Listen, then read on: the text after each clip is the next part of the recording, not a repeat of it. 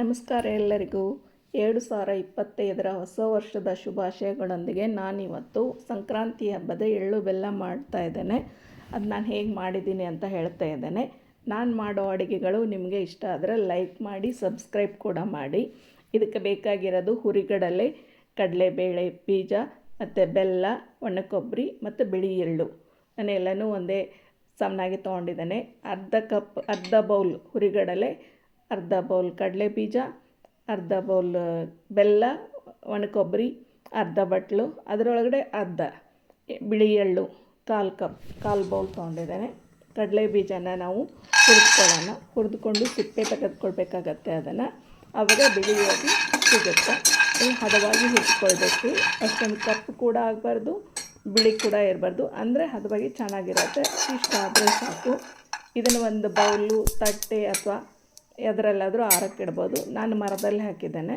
ಇದು ಆರಲಿ ಚೆನ್ನಾಗಿ ಬಿಡುತ್ತೆ. ಸ್ವಲ್ಪ ಕೈಯಿಂದ ಹಿಸುಕಿದ್ರೆ ಸಿಪ್ಪೆ ಬಿಟ್ಟು ಹೋಗುತ್ತೆ. ಅದೇ ಬಾಣಲೆಗೆ ಇವಾಗ ಸ್ಟವ್ ಆಫ್ ಮಾಡಿದ್ದೀನಿ. ನಾನು ಕಡಲೆ ಬೀಜ ಹುರಿದಿರೋ ಬಾಣಲೆಗೆ ಬಿಳಿ ಎಳ್ಳು ಇತ್ತಲ್ಲ ಅದನ್ನ ಹಾಕಿಡ್ತಾನೆ, ಸ್ವಲ್ಪ ಕ್ರಿಸ್ಪಿನೆಸ್ ಬರಲಿ ಅಂತ ಅಷ್ಟೇ. ಆವಾಗ ಇದು ಚೆನ್ನಾಗಿರುತ್ತೆ. ಇವಾಗ ಅದು ಕಡಲೆ ಬೀಜ ಆರೋ ಅಷ್ಟರಲ್ಲಿ ಒಣಕೊಬ್ಬರಿನ ಸಣ್ಣಕ್ಕೆ ಕಟ್ ಮಾಡ್ಕೊಳ್ಬೇಕು, ಪೀಸಾಗಿ. ಇದನ್ನು ಮೇಲ್ಗಡೆ ಸಿಪ್ಪೆ ಅದು ತಕ್ಕೊಳ್ಬೋದು, ಬ್ಲ್ಯಾಕ್ದು. ನಾನು ತೆಗೆದಿಲ್ಲ, ಹಾಗೆ ಕಟ್ ಮಾಡಿಕೊಳ್ತಾ ಇದ್ದೇನೆ.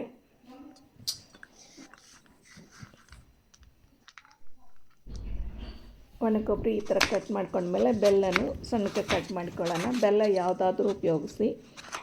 ಚಚ್ಚಿಕೊಂಡ್ರೆ ಮೆತ್ತಗಾಗುತ್ತೆ, ಅದಕ್ಕೋಸ್ಕರ ಹಾಗೆ ಕಟ್ ಮಾಡ್ಕೊಂಡು ಹೀಗೆ ಮಾಡಿದರೆ ಪೀಸ್ ಕಾಣಿಸುತ್ತೆ, ಉದುರಾಗಿ ಸಿಗುತ್ತೆ. ಅಷ್ಟರಲ್ಲಿ ಕಡಲೆ ಬೀಜ ಹುರಿದುಕೊಂಡಿರೋದು ಆರಿದೆ. ಇದನ್ನು ಇವಾಗ ಕೈಯಿಂದ ಈ ಥರ ಮಾಡಿದರೆ ಸಿಪ್ಪೆ ಬಿಟ್ಟೋಗುತ್ತೆ. ಬೇಡಪ್ಪ ನನ್ನ ಕೈಯಲ್ಲಿ ಮಾಡಲ್ಲ ಅಂದರೆ ಒಂದು ಬೌಲು ಅಥವಾ ಗ್ಲಾಸು ತೆಗೆದುಕೊಂಡು ಅದರ ಹಿಂದಿನಿಂದ ಪ್ರೆಸ್ ಮಾಡಿದ್ರೆ ಎಲ್ಲ ಸಿಪ್ಪೆ ಬಿಟ್ಟೋಗುತ್ತೆ. ಸಿಪ್ಪೆಯಿಂದ ಬೇರ್ಪಡಿಸ್ಕೊಂಡ್ರೆ ಸಾಕು, ಕಡಲೆ ಬೀಜ ಬಿಳಿಯಾಗಿರೋದು ಸಿಗುತ್ತೆ. ನೋಡಿ, ಇದಿಷ್ಟು ಅದಕ್ಕೆ ನೋಡಿ. ನಾನಿವಾಗ ಒಂದು ತಟ್ಟೆ ಅಥವಾ ಬೌಲು ತೊಗೊಳ್ತೇನೆ. ಇವಾಗ ಎಲ್ಲವೂ ರೆಡಿಯಾಗಿದೆ. ಕಡಲೆ ಬೀಜ ಹುರಿದುಕೊಂಡು ಪೀಸ್ ಮಾಡ್ಕೊಂಡಿದ್ದೇನೆ, ಬೆಲ್ಲ ಕಟ್ ಮಾಡ್ಕೊಂಡಿದ್ದೇನೆ, ಒಣಕೊಬ್ಬರಿ ಪೀಸ್ ಆಗಿದೆ. ಇವಾಗ ಒಂದು ತಟ್ಟೆ ಅಥವಾ ದೊಡ್ಡದು ಬೌಲು ಯಾವುದಾದ್ರೂ ತೊಗೊಳ್ಳಿ. ಅದಕ್ಕೆ ಇವನ್ನೆಲ್ಲನೂ ಹಾಕಿ ಮಿಕ್ಸ್ ಮಾಡ್ಕೋಬೇಕಾಗತ್ತೆ. ನಾನು ಇವಾಗ ಮೊದಲು ಹುರಿಗಡಲೆ ಹಾಕಿದ್ದೀನಿ. ಹುರಿಗಡೆ ಆದಮೇಲೆ ಒಣಕೊಬ್ಬರಿ ತುರಿ ಎಲ್ಲ ಸಣ್ಣಕ್ಕೆ ಪೀಸ್ ಕಟ್ ಮಾಡಿರೋದು ಹಾಕಿದ್ದೀನಿ. ಇದಕ್ಕೆ ಇವಾಗ ಮತ್ತು ಕಡಲೆ ಬೇಳೆ ಎಲ್ಲ ಕಡಲೆ ಬೀಜದ ಬೇಳೆ ಅಂತ ಹೇಳ್ತೀವಿ. ಇದಕ್ಕೆ ನಾವು ಹುರಿದು ಸಿಪ್ಪೆ ತೆಗೆದು ಮಾಡಿದಾಗ ಅದು ಬೇಳೆ ಆಗುತ್ತೆ. ಕಡಲೆ ಬೀಜ,